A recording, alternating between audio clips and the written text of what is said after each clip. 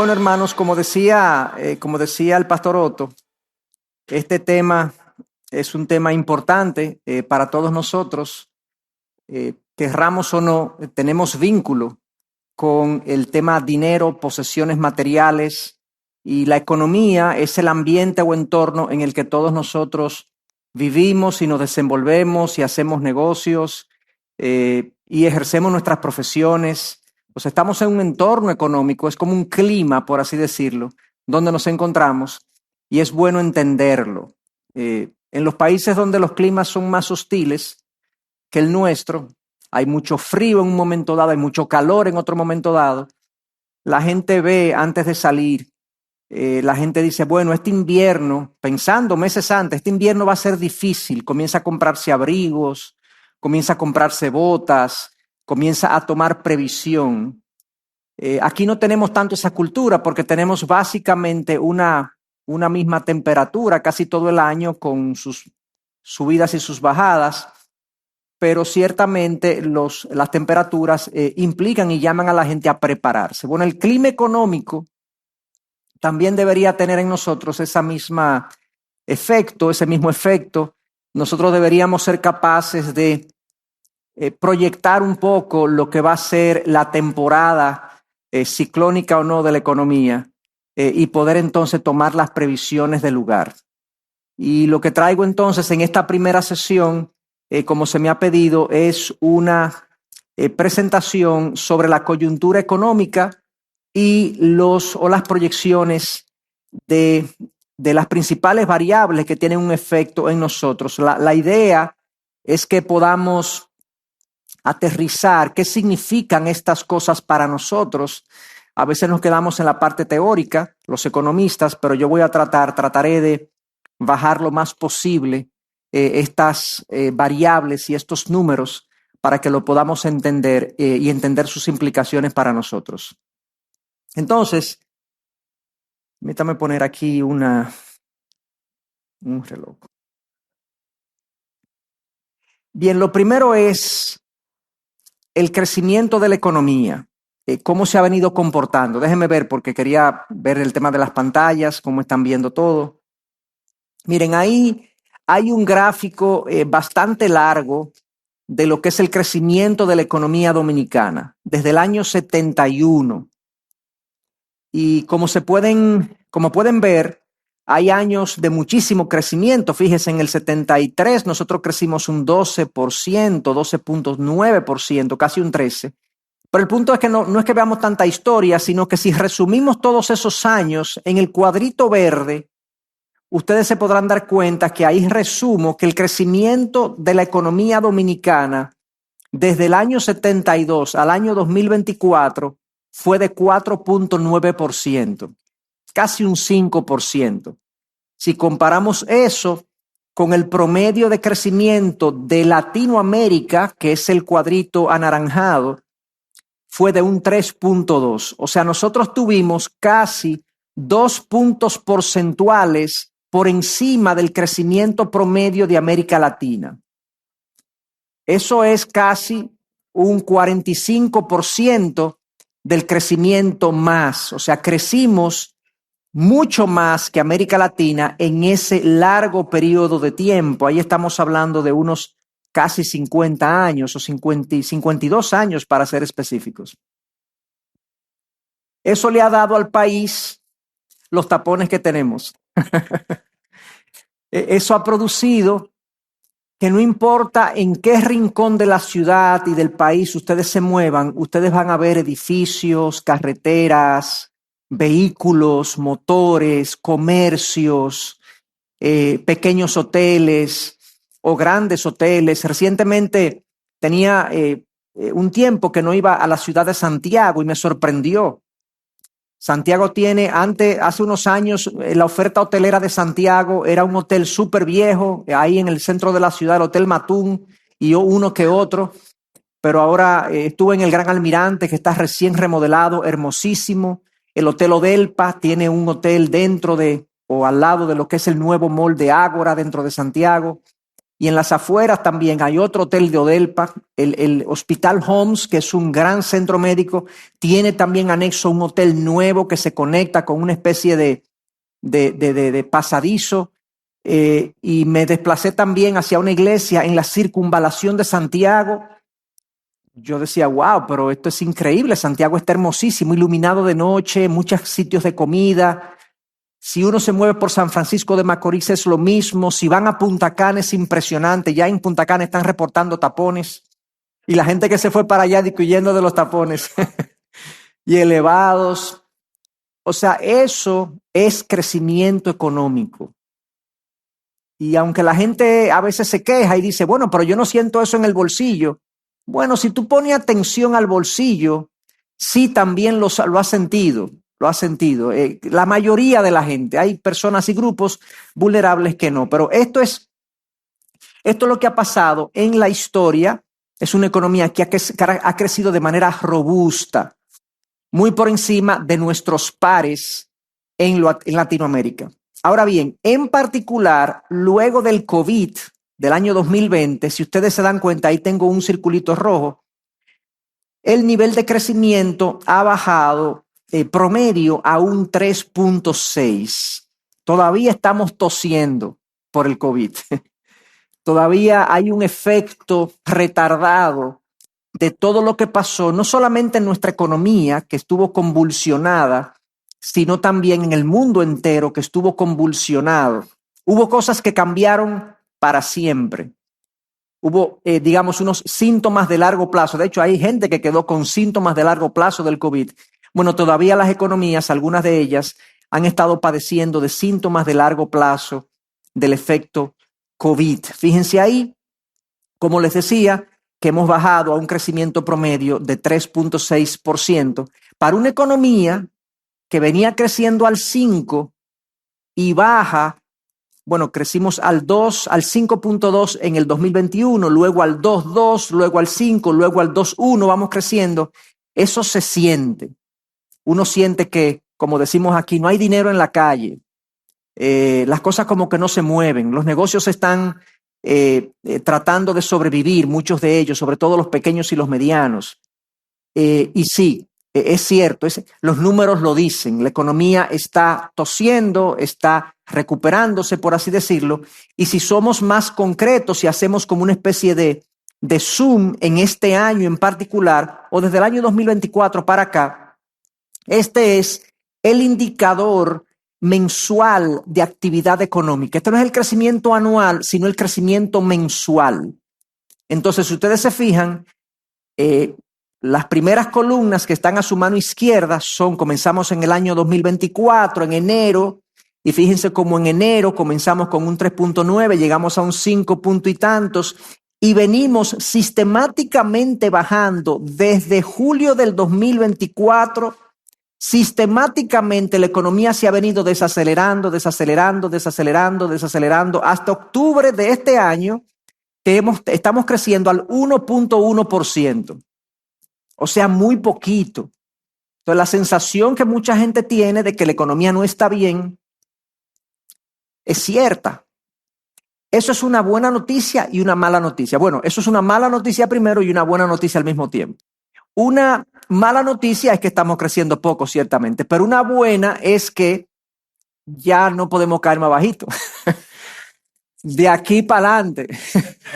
¿Me entiendes? O sea, entonces la expectativa es que sí, que normalmente las economías, luego de una temporada de descenso, tienen estos lo que los economistas conocemos como ciclos económicos, donde entonces hay un rebote y comenzamos a crecer producto de diferentes cosas.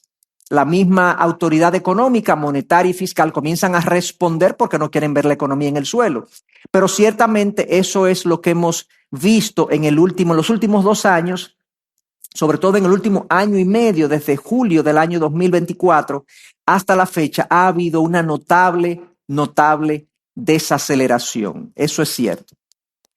Si lo vemos por sectores, en el último año, a ver cuáles son los sectores que más han sufrido esta desaceleración, ahí vamos a tener a servicios financieros, no ha sufrido esa desaceleración. Yo creo que Servicios Financieros ha tenido un gran año y parece increíble, pero las ferias de vehículos son un gran negocio y también en momentos donde la economía se contrae, la gente acude al financiamiento, porque cómo financia, cómo resuelve sus problemas financieros. Bueno, es usando líneas de crédito, tarjetas de crédito, y mucha gente también ha hecho uso de préstamos de consumo para solventar la situación económica. Entonces, los servicios financieros han estado bien. Ahí vemos las comunicaciones que están creciendo prácticamente cero. También vemos los hoteles, bares y restaurantes creciendo muy poquito comparado con el año pasado. No sé si lo están viendo. Sí. Ok. El comercio, que muchos de nosotros estamos directa o indirectamente vinculados al comercio, desde 4.7 a 2.5 en este año. Eso es casi la mitad del crecimiento del año pasado. Manufactura de zonas francas también muy poquito. Y faltan un par. Sí, yo quería ver construcción. Fíjense, construcción de 3.7% el año pasado a menos 2, o sea, ha caído casi 5 puntos porcentuales, se ha contraído. Hay una serie de factores que han explicado ese tema de construcción y los sectores aledaños a construcción, ferreterías y comercios aledaños, temas con fabricación de ventanas, de puertas, de maderas, fábricas de bloques, cemento, etcétera, etcétera. Pero ustedes saben que desde el año pasado, tuvimos el tema migratorio, un incremento, un aumento de las restricciones del trabajo de la mano de obra haitiana en nuestro país. Eso como que hizo tambalear a muchos constructores, por un lado. Por otro lado, las tasas de interés a las que la gente toma préstamos para comprar viviendas han estado altas, producto de una serie de cosas que podemos ver más adelante, pero eso ha hecho que el sector construcción esté de esta manera. Y además, el sector público, el gobierno, no ha estado invirtiendo todo lo que debe invertir. De hecho, hasta mitad de este año, el presupuesto que tenía el gobierno para inversión pública lo estaba subejecutando. O sea, ellos tenían en presupuesto, supónganse ustedes, 1.000 millones de pesos y habían ejecutado 500 millones de pesos. O sea, no habían tenido la capacidad de ejecución para sacar adelante los proyectos que tenían en carpeta. Las razones de eso, hay múltiples. Yo no quiero politizar la charla, pero no han tenido la capacidad de ejecución que han debido tener. Entonces, así estamos a nivel sectorial. Entonces, ante esa situación, ante esa realidad de crecimiento bajo, una economía contraída, por así decirlo, no en recesión, mucha gente habla de recesión, pero la recesión es cuando la economía en su conjunto crece de manera negativa por 2 trimestres consecutivos. Ahí estamos en recesión. Podemos decir que estamos en una economía que está creciendo poco, muy por debajo de su potencial, pero no en una recesión. Ahora, hay negocios en particular que pueden encontrarse en una recesión, porque tienen 2 trimestres consecutivos con crecimientos negativos, pero la economía en su conjunto no está en recesión, gracias a Dios. Entonces, ante esa situación, ¿qué está haciendo nuestro Banco Central? Bueno, por un lado, en primer lugar, trata de incentivar la economía bajando su tasa de política monetaria. En septiembre la baja de 5.75 a 5.50 y en octubre la baja nuevamente a 5.25. En noviembre no la bajó, la mantuvo en 5.25 y posiblemente en diciembre también lo haga. Y para no volverme muy técnico, porque vuelvo y digo, a nosotros los economistas nos acusan de teóricos y nos dicen, ajá, ¿y con qué se come eso? Pero esto lo que quiere decir es que el Banco Central tiene este mecanismo que se llama tasa de política monetaria. Es un indicador que el sector financiero ve y para donde vaya ese indicador, los bancos se mueven a sí mismos, bajando sus tasas. Si el Banco Central baja la tasa de política monetaria, los bancos también usualmente bajan sus préstamos y sus tasas pasivas, o sea, la tasa que le pagan a los depositantes. O sea, las tasas de interés del mercado bajan.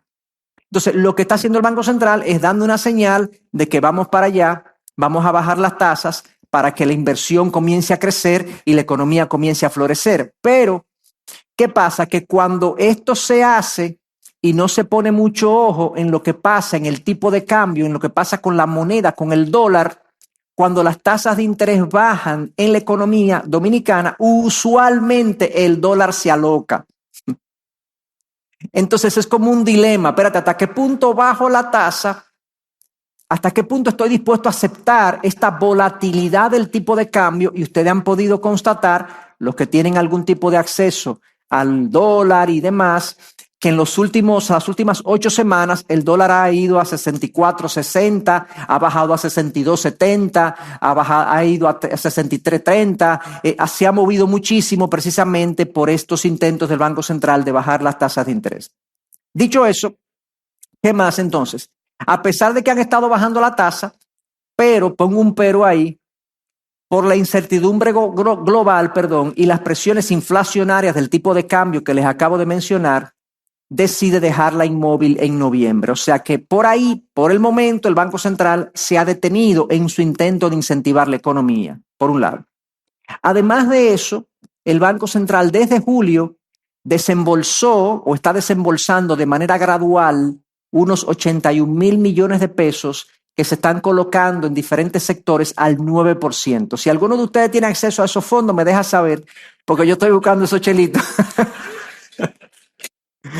Hay gente que lo ha recibido, me han llamado, me han dicho, Pastor o Salcedo, esos fondos al 9, ¿dónde lo conseguimos? Digo yo, sí, vamos a buscarlo, estamos en eso. Sí, pero hay gente que lo ha recibido, me consta. Pero algunos alegan que se colocan de manera muy selectiva, muy preferencial, pero salen a la economía y es bueno. Y indirectamente, como todos somos parte de este organismo económico, cuando la sangre corre, nosotros sentimos que la sangre corre por algún lado. Entonces ellos han estado liberando estos 81.000 millones de pesos. Desde julio ya han liberado 73.000, o sea que queda muy poquito, lo van a seguir haciendo, eso es bueno. Pero, vuelvo y les digo, el tipo de cambio muestra mucha volatilidad y el sector externo no ayuda. ¿Por qué? Porque Estados Unidos apenas está creciendo a un poco menos del 2% en el 2025 y su empleo se está debilitando. La zona euro, todo lo que es Europa, está creciendo al 1.3%, o sea, muy poquito también. O sea que Estados Unidos, que es nuestro pulmón económico, está creciendo muy poco y su empleo se está debilitando. Cuando Estados Unidos deja de crecer, nuestras remesas crecen menos o caen, bueno, no caen, pero crecen menos, nuestras exportaciones caen o crecen menos, nuestro turismo cae o crece menos, la inversión extranjera directa que nos entra de los Estados Unidos cae o crece menos. O sea, Estados Unidos, como dicen, ustedes han oído, ¿verdad? Le da una gripe y a nosotros nos da una pulmonía. Es así, es una economía enorme que tenemos ahí al lado y es nuestro principal socio comercial, y lo que pase con ellos impacta sensiblemente lo que pasa con nuestra economía y en ese sentido no ayuda. Entonces, eso es lo que ha estado haciendo el Banco Central. Pasemos a otra variable. Vimos el crecimiento, pasemos al tema de la inflación.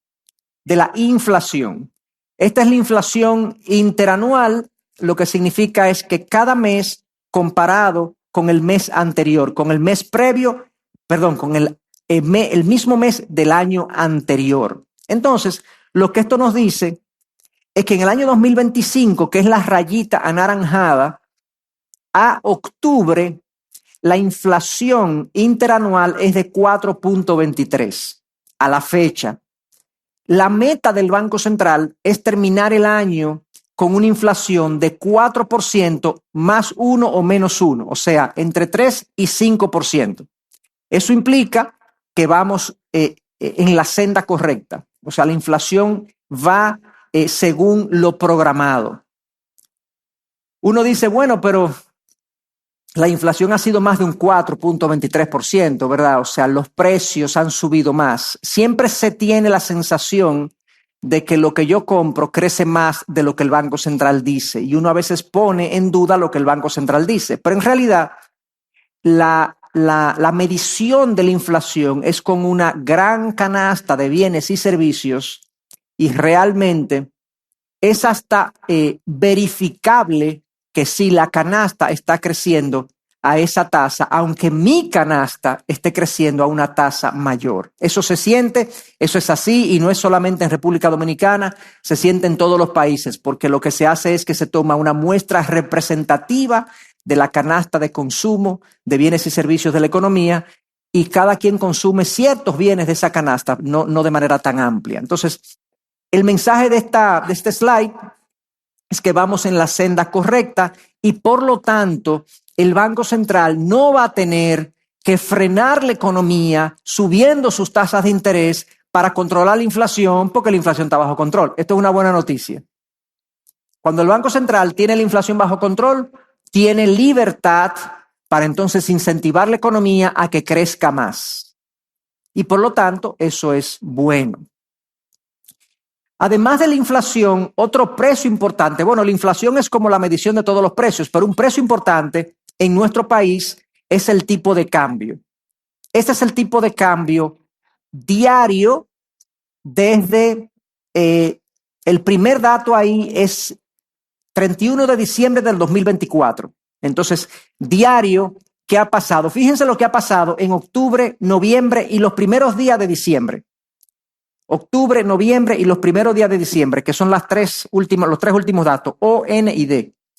La volatilidad ha sido significativa, y fíjense también que ha subido desde mayo, abril y mayo, ha subido, nos estamos moviendo en rangos superiores y más volátiles.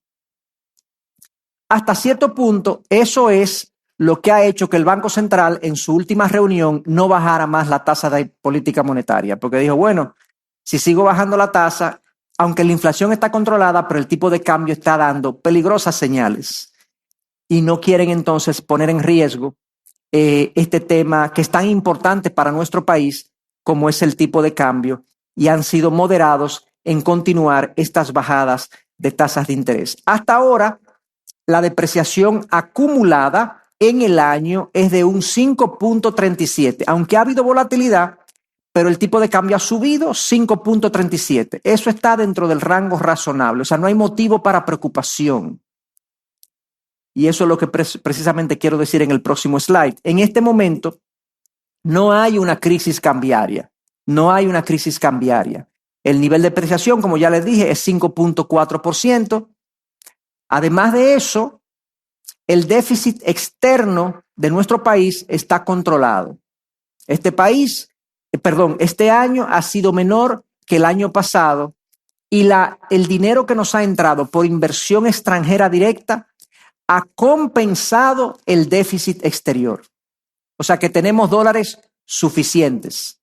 Las reservas internacionales netas, que ahí lo pongo como RIN, superan los niveles recomendados por el Fondo Monetario Internacional. Tenemos más de 14.5 billones de dólares en reservas internacionales, que es que si el país no recibe un peso o un dólar más de ingreso, tendríamos 5 meses de importaciones pagos en reservas internacionales.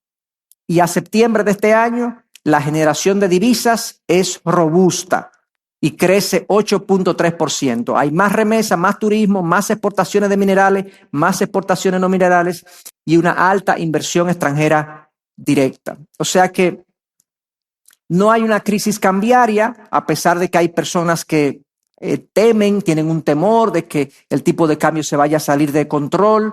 Creo que no es el caso, no estamos en presencia de eso. Y hasta ahora debo decirles que la gestión que ha hecho el Banco Central de toda la situación económica y cambiaria ha sido muy adecuada. Yo creo que el gobernador se ha ganado muy bien el nombre. Ustedes saben cómo le dicen al gobernador, ¿verdad? El mago. Le dicen el mago al gobernador del Banco Central porque ha logrado sortear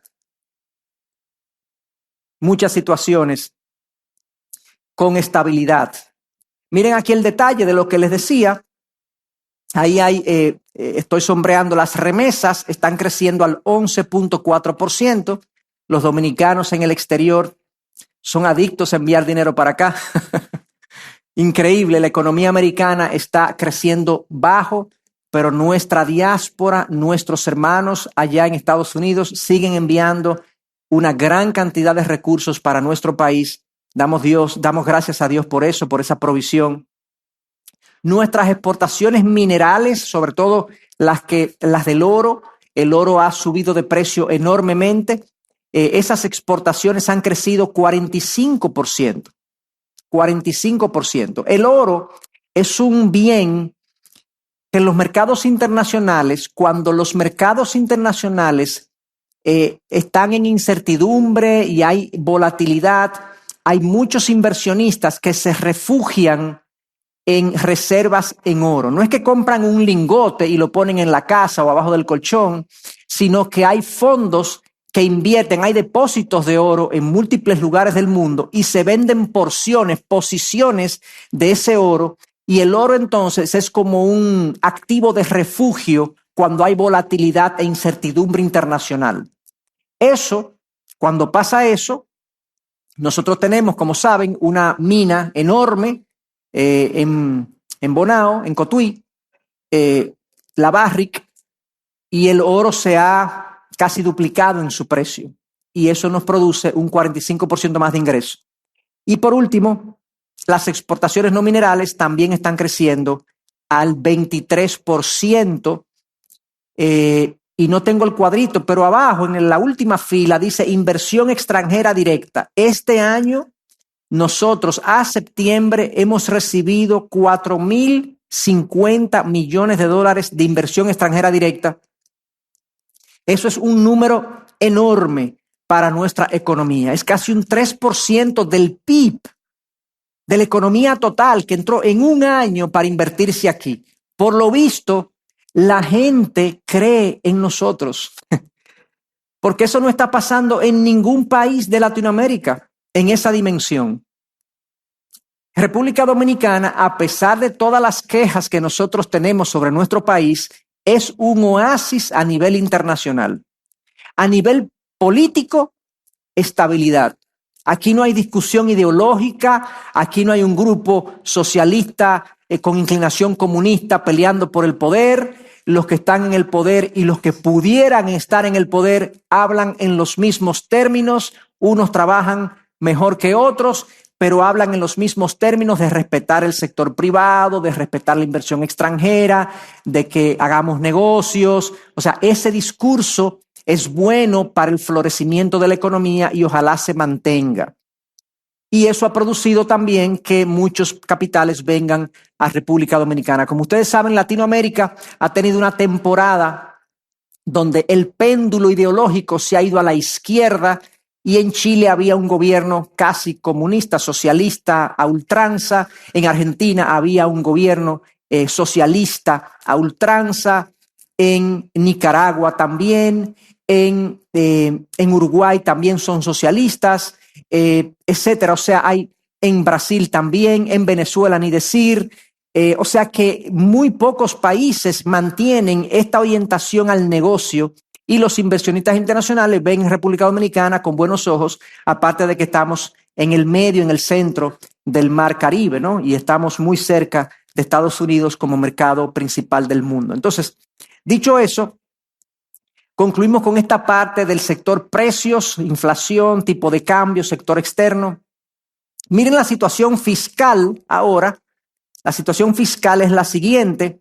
Esto es deuda. Esto es deuda del sector público consolidado. Es toda la deuda que tiene el gobierno más la deuda que tiene el Banco Central. Por eso se llama sector público consolidado. Hay un indicador por ahí que es diferente, que es deuda del sector público no financiero, que excluye el Banco Central. Pero es sensato poner el Banco Central porque al final la deuda del Banco Central la va a tener que pagar el gobierno. Por eso se le llama, a la deuda del Banco Central se le llama técnicamente deuda cuasi fiscal. Una cosa bonita para decir que le pertenece al gobierno. En este momento, fíjense cómo nuestros niveles de deuda del sector público consolidado, si lo vemos desde el año 2002, ha pasado de 22% del producto de la economía al 56%. O sea, se ha casi triplicado. Eso no es bueno. Hemos cogido deuda como locos. Bueno, en principio no puedo decir que no es bueno. Déjeme decirle por qué no es bueno. Cuando tú tomas una deuda y tú lo empleas en un proyecto altamente rentable y provechoso, eso es una buena deuda. Es una noble deuda, es una deuda legítima. Pero lamentablemente, a lo largo de los años, mucho de este dinero que hemos tomado prestado no ha ido a buenos proyectos. Hay algunos que han ido a buenos proyectos, pero no todos han ido a buenos proyectos. Y eso incluso lo podemos aplicar a las finanzas personales también, ese mismo principio. Yo puedo tomar una deuda, pero ¿en qué la voy a invertir? ¿Voy a tomar una deuda para comprarme una ropa? ¿Voy a tomar una deuda para irme de vacaciones? ¿O voy a tomar una deuda para yo invertirlo en una vivienda que es un activo que puede ganar plusvalía? ¿O voy a tomar una deuda para invertirlo en un negocio que yo sé que es productivo y provechoso? O sea, hay deudas buenas y legítimas, hay unas que no, como individuos y como país. Entonces, en este crecimiento de la deuda es hasta cierto punto preocupante que una parte importante de esa deuda no se ha usado en proyectos rentables y provechosos para el país. Pero además hay un componente que es la del Banco Central que viene de la crisis de Baninter, que se mal manejó, lamentablemente. Y tenemos ahí un componente más o menos de 10 puntos porcentuales. De esas 56 hay como 10 puntos porcentuales que le pertenecen a esa deuda del Banco Central que se adquirió cuando la crisis de Baninter. Aquí hay algunas personas tan jóvenes que ni siquiera se acordarán de la crisis de Baninter, pero fue un banco que quebró, grande, que quebró en el año 2003. Era el segundo banco privado del país y eso fue un problema mayor. Entonces, la deuda está en un nivel inquietante. Miren qué ha pasado entonces con los ingresos y gastos hasta cierto punto del sector fiscal. Miren, las columnas anaranjadas son los intereses que nosotros pagamos por la deuda. Los intereses, o sea, nosotros estamos pagando 3.4% del PIB de nuestra economía en intereses. Ustedes van a ver ahorita por qué eso es importante. Número 2, en el centro ustedes tienen estas columnas amarillas que son los subsidios que el gobierno le da a diferentes grupos de la población. Bono gas, bono luz, bono esto, bono aquello, subsidios a los combustibles, subsidios y subsidios. Creo que está aquí el eléctrico, no estoy seguro, pero creo que está aquí el eléctrico. Creo que no, porque es muy bajo esto. Pero miren qué ha pasado con los subsidios. O sea, el gobierno da cada vez más dinero como porcentaje de la economía. Los regala literalmente. Algunos pueden decir, bueno, pero eso es bueno para el país, eso es bueno para las poblaciones vulnerables. Sí y no. Porque lo que pasa es que en estos subsidios hay mucho malgasto y hay mucha corrupción. Entonces, sí y no. Yo estoy de acuerdo con atender los grupos vulnerables, pero tenemos que buscar mecanismos que sean más efectivos y más menos propensos a la malversación de fondos. Pero bueno, han subido los subsidios. Entonces, los intereses han subido, los subsidios han subido, y miren lo que ha pasado con el gasto de capital. El gasto de capital es la inversión del gobierno en infraestructura, en carreteras, en presas, en plantas eléctricas, en las cosas que el país necesita para crecer. Han crecido los intereses, han crecido los subsidios y el gasto de capital ha disminuido. O sea que estamos gastando más en intereses, gastando más en subsidios e invirtiendo menos. Perdón, ay, que no es aquí que va. Eso es un problema porque el gobierno ahora mismo se encuentra muy restringido en sus ingresos y en la capacidad de maniobra que tiene para hacer su labor en la economía y en el país, lo cual pudiera generar una discusión de reforma fiscal. la temida reforma fiscal, ¿verdad? Y odiada. ¿Cuántos sintieron alivio cuando quitaron la reforma fiscal? Cuando quitaron la reforma fiscal que se había propuesto, uno como que respiramos profundo. Bueno, este es un tema. Fíjense ahí que ciertamente hay intereses creciendo, hay subsidios creciendo y hay gasto de capital bajando. Para hacerle una nota del subsidio eléctrico, que no está aquí.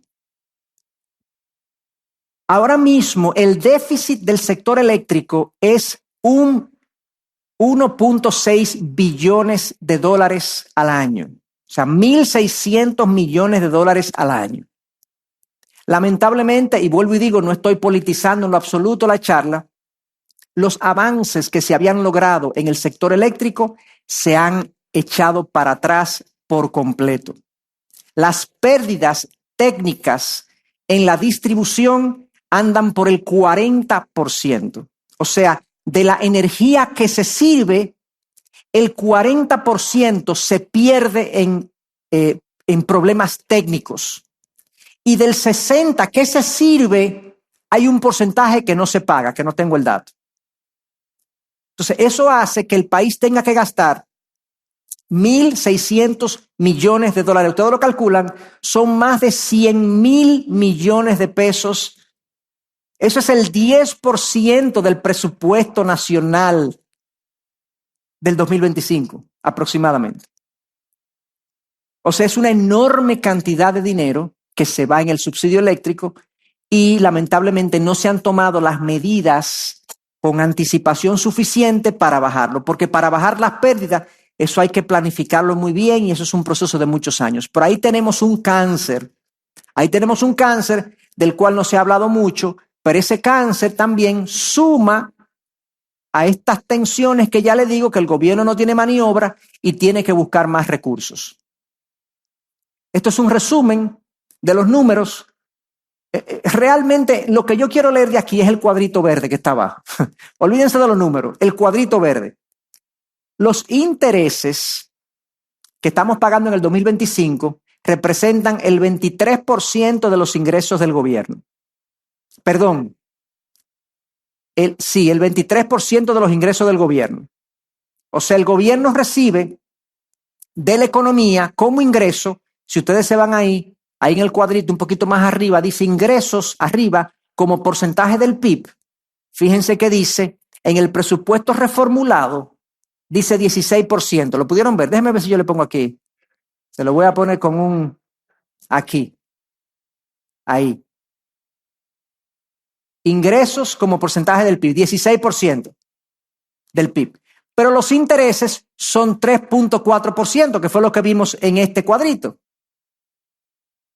Aquí son 3.4%. Entonces, si tú tomas el 3.4% y lo divides entre 16, el 23% del total de ingresos del gobierno se va en pagar interés. Además, hay que darle el 4% del PIB a educación. Entonces, entre intereses y educación se llevan la mitad del presupuesto. La mitad. O sea que el gobierno opera todo lo demás con la mitad de lo que ellos reciben. Entonces, el ministro de Hacienda confirma la necesidad estructural de una reforma fiscal para frenar la deuda y aumentar la inversión pública. Ahora lo entendieron, ¿verdad? Ok, ahora se entendió por qué, dónde que está el asunto. Entonces, hasta ahora, el ministro de Hacienda ha dicho que no ha hablado con el presidente de Reforma Fiscal. Yo me río porque ¿cómo que tú no has hablado con el presidente de Reforma Fiscal? Porque, o sea, que tú eres el ministro de Hacienda y es mi parecer que quitaron el otro por la mala reforma fiscal que hizo y entonces tú no has hablado con el presidente de la reforma fiscal. Bueno, pero vamos a creerle que no ha hablado con el presidente de la reforma fiscal porque yo no soy Dios, ¿verdad? Él considera la reforma técnicamente necesaria, aunque la iniciativa, dice él, no está formalmente en curso, pero explicó que cualquier reforma que se haga debe ser producto de un acuerdo social amplio, necesita consenso entre los sectores, cuidar la estabilidad macroeconómica y evitar medidas abruptas. Ok. Entonces, aquí en el tema fiscal hay un tema sensible y no nos sorprendamos que el próximo año en algún momento se hable de reforma fiscal. Realmente los números así como se ven indican que sí, que es necesaria, aunque uno quisiera ver un poco más de compromiso de parte de las autoridades con la austeridad, con la prudencia, con la sensatez del gobierno.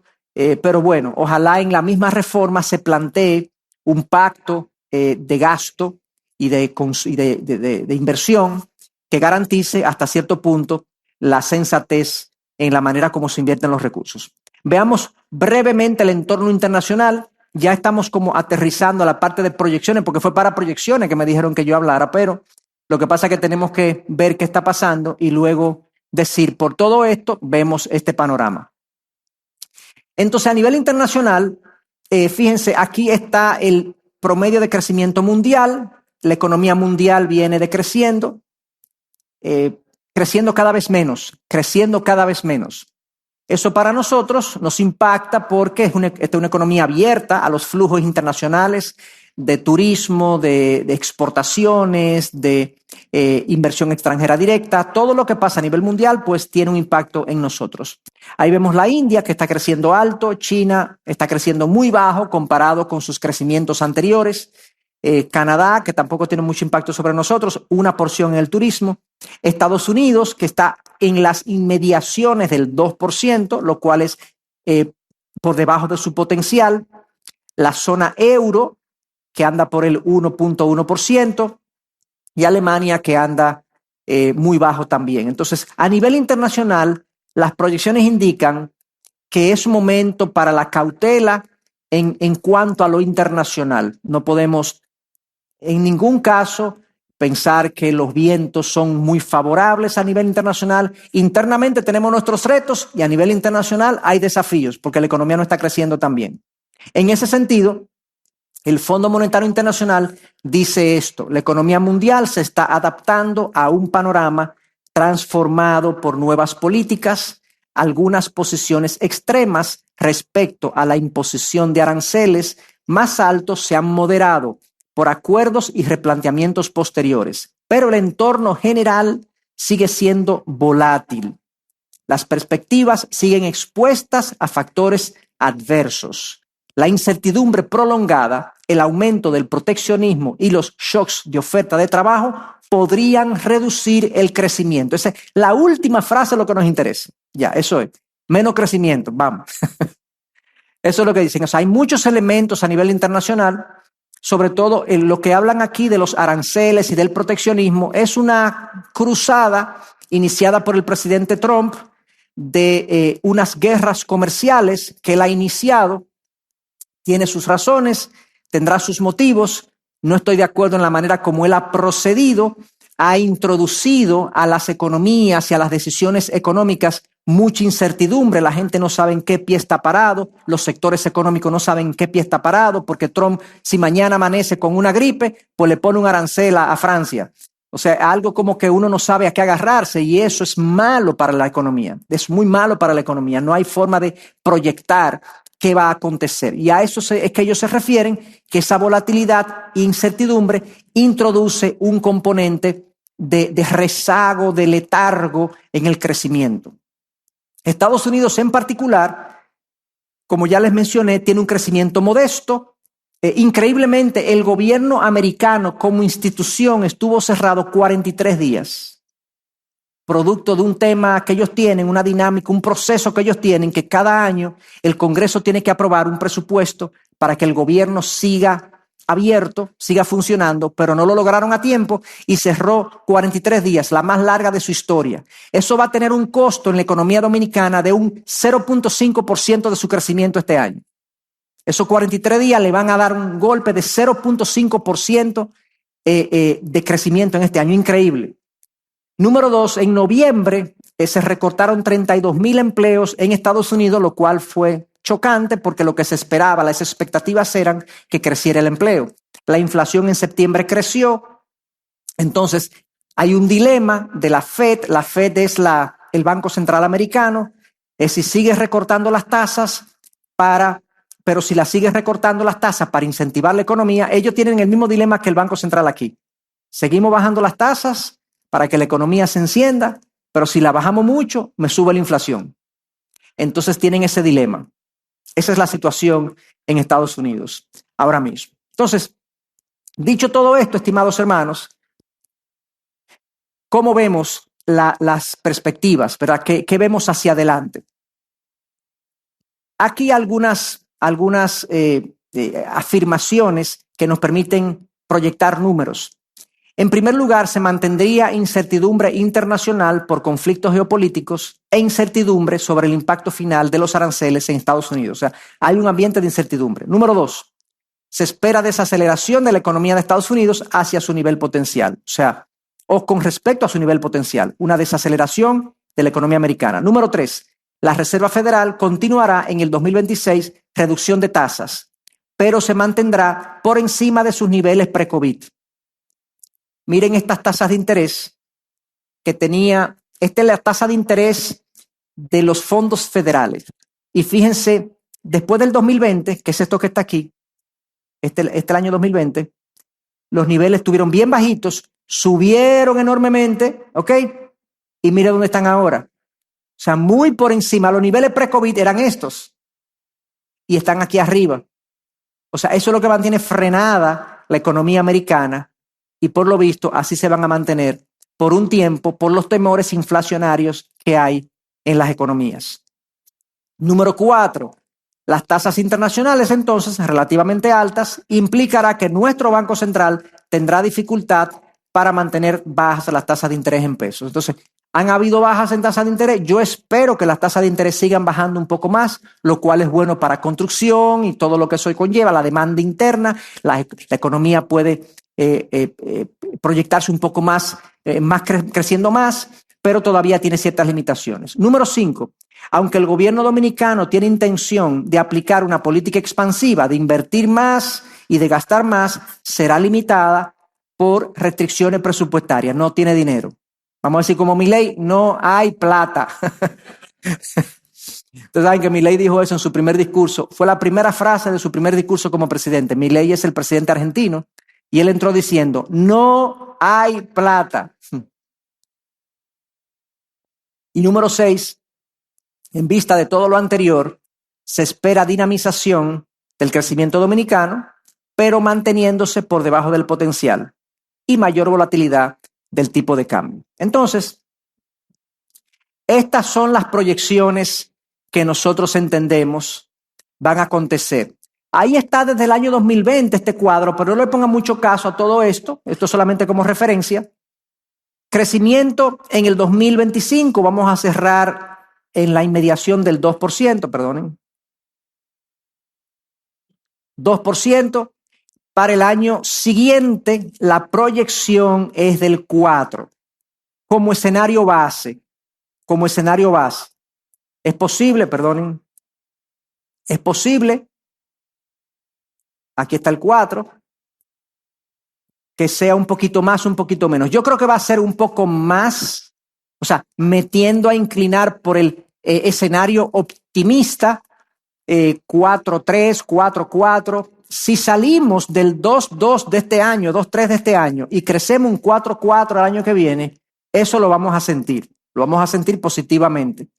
Las empresas posiblemente paguen mejor, los negocios posiblemente vendan más, uno siente en la economía un mayor movimiento.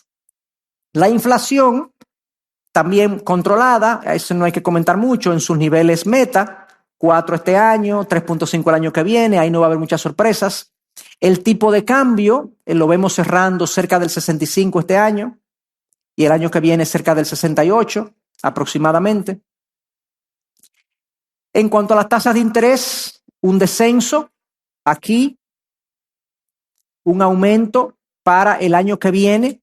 Esto tiene que ver, déjeme explicarle las activas para volver a las pasivas. Las pasivas son las tasas que pagan las instituciones financieras a sus depositantes. Entonces, como el Banco Central ha estado bajando su tasa de política monetaria, ya estamos viendo, ustedes quizás, lo que tenemos algunos ahorros y algunos certificados financieros o algunas inversiones, hemos visto que nos han bajado las tasas. Mucho, nos han bajado las tasas mucho. Normalmente, cuando las tasas bajan, o sea, el ambiente es de baja de tasas, las pasivas bajan primero y las activas se mantienen altas. Eso es un tema de los bancos.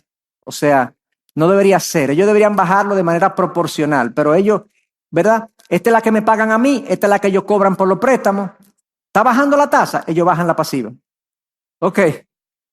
Entonces, cuando el ambiente es de subida de tasas, ellos suben la activa y dejan la que me pagan a mí. O sea, que nosotros llevamos la de perder en cualquier caso.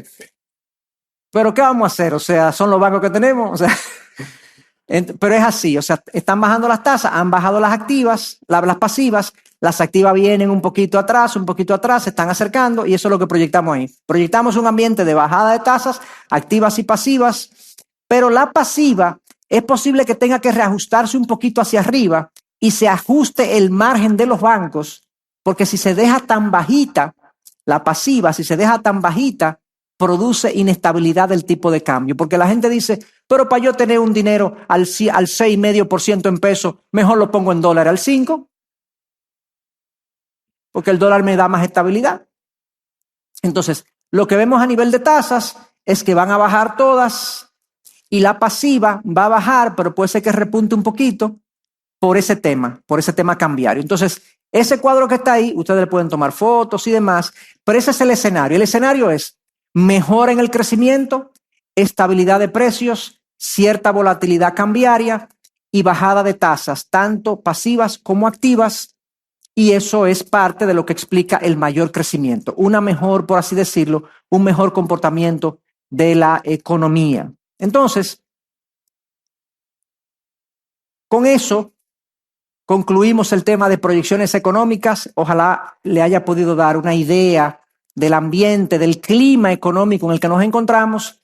Los que necesiten abrigarse, abríguense, y los que necesiten ponerse una cachucha, póngansela.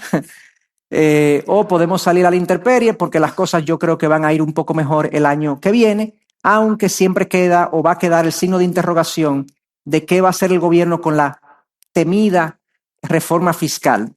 Ojalá que lo que se plantee, si se plantea, sea algo sensible y adecuado para nuestra realidad económica y que no penalice más a las clases que pagamos más impuestos. Así que hasta aquí llegamos, queridos hermanos. El Señor les bendiga.